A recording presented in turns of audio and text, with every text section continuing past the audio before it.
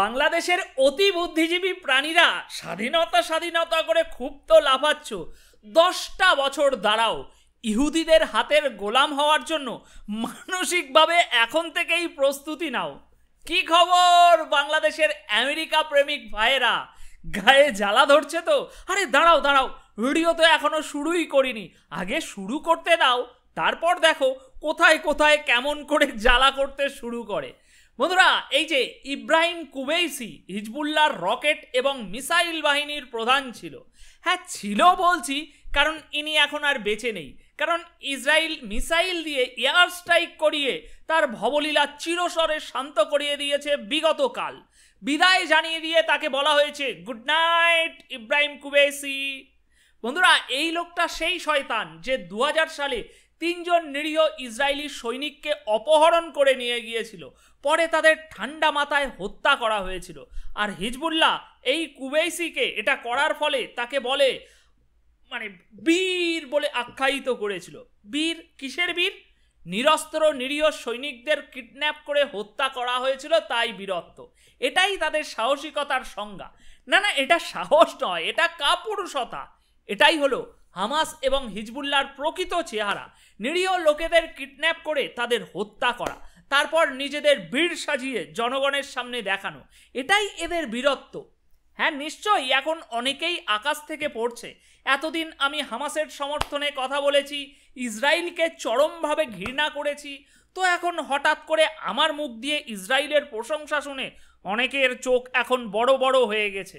তাহলে এবার কারণটা শুনে নিন বন্ধুরা। আমার এই আমূল পরিবর্তনের কারণ খুব পরিষ্কার। যে আমেরিকা একসময় ইসরায়েলকে মদদ দিয়ে দিয়ে, একসময় না এখনো, মধ্যপ্রাচ্যে এই নির্মম হত্যাযজ্ঞ চালাচ্ছে, সেই আমেরিকার জুতো পরিষ্কার করতে শুরু করেছে এখন বাংলাদেশের কিছু মানুষ। হ্যাঁ ভাই, সেই আমেরিকা যাকে এরা আগে ভীষণভাবে ঘৃণা করত, এখন তাদের সামনে মাথা নত করে জুতো পালিশ করছে। বাংলাদেশের কিছু লোক যারা একসময় আমেরিকার নাম শুনলে একেবারে তেলে বেগুনে চিবির চিবির করে জ্বলে উঠত, এখন তারাই আমেরিকার সমর্থনে চুপ মেরে বসে গেছে, একটাও কথা বেরোচ্ছে না। আমেরিকা ইসরায়েলকে একবার বললেই এই যুদ্ধ থামিয়ে দিতে পারে, কিন্তু সেই কথাটা এখন এদের মুখ থেকে আর বার হচ্ছে না, সব ভুলে গিয়েছে। আমেরিকার মদতে যে হারে মানুষ মরছে মিডল ইস্টে, সেটা তারা দেখেও না দেখার ভান করছে। এখন আমি আর কেন এসব মনে রাখবো? যেখানে ইসরায়েল আমাদের দেশের পক্ষে দাঁড়ায়, আমাদের বন্ধু, তখন আমি কেন ইসরায়েলের বিরুদ্ধে কথা বলবো? আর ভারত যখন বলবে, বাংলাদেশে যেসব এই উগ্রপন্থী আছে যারা ওই মাঝে মাঝে হুঙ্কার দিয়ে ওঠে হক্কা হুয়া করে 7 সিস্টার স্বাধীন করব, তাদেরকে একটু শিক্ষা দেওয়া দরকার। যদি ভারত বলে, তখন ইসরায়েল কি দাঁড়িয়ে থাকবে? আরে না, এক পায়ে খাড়া হয়ে ভারতের কাছে 2-10টা খতরনাক মিসাইল পাঠিয়ে দেবে, মারো, আমরা যেমন মারছি। এই জন্যই আমি এখন ইসরায়েলের পক্ষে কথা বলছি। তাই ইসরায়েল মারো, কুকুরের মতো হিজবুল্লাহ আর হামাসকে ঘরে ঢুকে ঢুকে খুঁজে খুঁজে মারো, মিসাইল দিয়ে ওদের মেরে একেবারে নিবংশ করে দাও। আমার স্পষ্ট বক্তব্য হলো, ইসরায়েল যা করছে একদম ঠিক করছে। এই ধরনের সন্ত্রাসীদের নির্মমভাবে মারতে হবে, যতক্ষণ না একেবারে নিশ্চিহ্ন হয়ে যাচ্ছে এরা।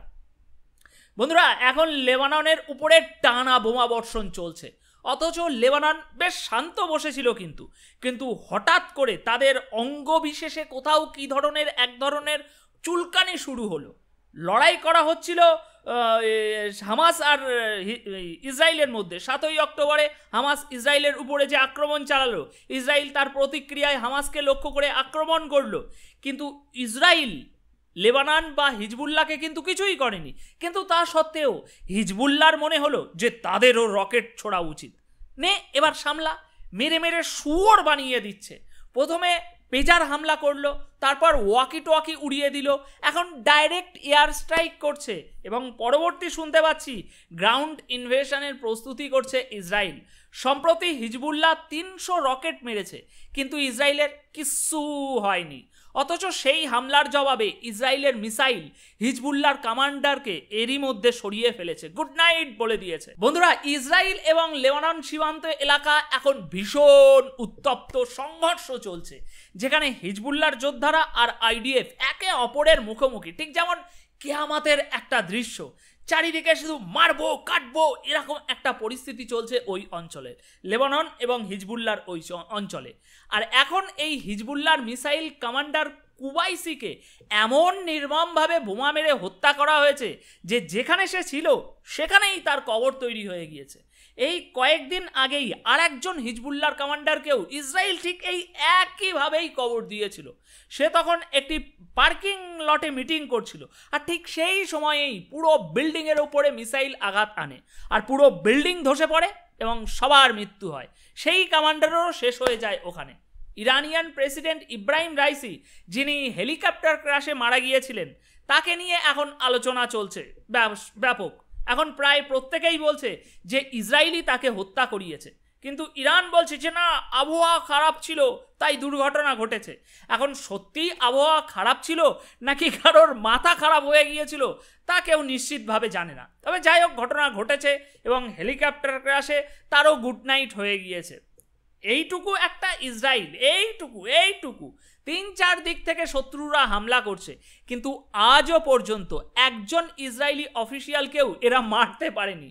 অথচ ইসরায়েল একের পর এক টার্গেট করে করে ঘরে ঢুকে ঢুকে কুকুরের মতো সব গুড নাইট করে দিচ্ছে। আর এরা সকালবেলা ঘুম থেকে উঠে একটা করে হুমকি দিচ্ছে কিংবা কয়েকটা রকেটবাজি আকাশে ছেড়ে দিচ্ছে, ব্যাস এতটুকুই। বন্ধুরা, এইটুকু একটা ইসরায়েলকে এতগুলো দেশ মিলে কিছুই করতে পারছে না। কারণ কি জানেন? কারণ ইমানদার মুসলিমের তুলনায় মির্জাফরের রক্তওয়ালা মুসলিম চারিদিকে ভরে গিয়েছে এখন। আমাদের পাশের এই প্রতিবেশীকে দেখুন, একসময় এরা ইসরায়েলের বয়কট নিয়ে লুঙ্গি তুলে একেবারে রাস্তায় আন্দোলন করতে শুরু করে দিয়েছিল, কিন্তু এখন হঠাৎ লুঙ্গি নামিয়ে ফেলেছে।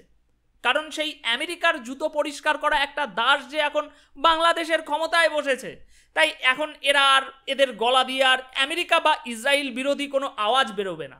সুতরাং বুঝতে পারছেন, এরা মির্জাফর না, এরা ইমানদার। এরা অনেকটাই ওই পাকিস্তানিদের মতো, বিশেষ করে ওই লাহোরিদের মতো। আমি কেন লাহোরিদের সাথে এদের তুলনা করছি? কারণ এরা জিহাদ করে দেবে, মেরে ফেলবে, কেটে ফেলবে, ইহুদিদের বোম মেরে দেবে, বোম মারেগা, ভারতের 7 সিস্টার স্বাধীন করবে, এই ধরনের কথার ফুলঝুরি ছোড়ে, কিন্তু নিজেরা কখনো এক পাও এগোয় না। লাহোরিরা যেমন তাদের টিপিক্যাল লাহোরি পাঞ্জাবিতে এইসব বলে, এরাও তেমনই বাংলা ভাষায় বলে। তবে ভাষা ভিন্ন হলেও আসল বিষয়বস্তু মাল মেটেরিয়ালস ভিতরের সব একই, মির্জাফরের রক্ত। এরা সবসময় মুখে বড় বড় হুমকি দেয়, কিন্তু বাস্তবে কিছু করার ক্ষমতা নেই। আরে আমি ফাও কথা বলছি না, যদি ক্ষমতা থাকে তাহলে ইসরায়েলকে হারিয়ে দেখাও। ইসরায়েল এই যে হাজার হাজার নিরীহ বাচ্চা মহিলাদেরকে মেরে দিচ্ছে, এর বিরুদ্ধে আওয়াজ তুলে দেখাও এখন, দেখি তোমাদের কত ঈমান আছে। এতদিন ধরে তো তোমরা আল্লাহর কাছে দোয়া করতে, হে আল্লাহ ইসরায়েলের পতন হয়ে যাক। আজ সেই দোয়াটা একটু গলার জোর বাড়িয়ে বাংলাদেশের মাটিতে করে দেখাও। তোমাদের এই ইউনুসি তোমাদেরকে ধরে ধরে জেলে ভরে দেবে, দেখবা কিরকম করে। গুড শট ইসরায়েল, মারো মারো মারো। আজ থেকে আমিও তোমাদের সমর্থনে ভিডিও বানাবো। আর আমেরিকাকেও অনেক ধন্যবাদ এত এত গোলা বারুদ ইসরায়েলকে দিয়ে সাহায্য করার জন্য। ওই ছোটোখাটো প্লেনে কিন্তু পাঠালে হবে না, ওই যে বোম্বার্ড বড় বড় প্লেনগুলো রয়েছে, ওই বোম্বার্ড প্লেন ভর্তি করে করে এখন গোলা বারুদ পাঠানো হোক। ব্যাগ ভর্তি করে করে ইসরায়েলকে টাকা দিয়ে যাও, যাতে ইসরায়েল ক্ষমতা আরও 100 গুণ বেড়ে যায় এবং সে আরও 100 গুণ তীব্রতার সাথে হামলা করতে পারে।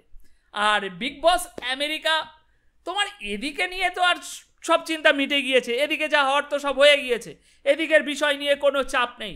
ইউনুস সাহেব তো আছে, উনি সপ্তাহে একবার করে ইয়েস স্যার রিপোর্টিং করে দেবে বসের কাছে কি চলছে না চলছে। চালাও আমেরিকা চালাও, বল্লে বল্লে, শাবা শাবা।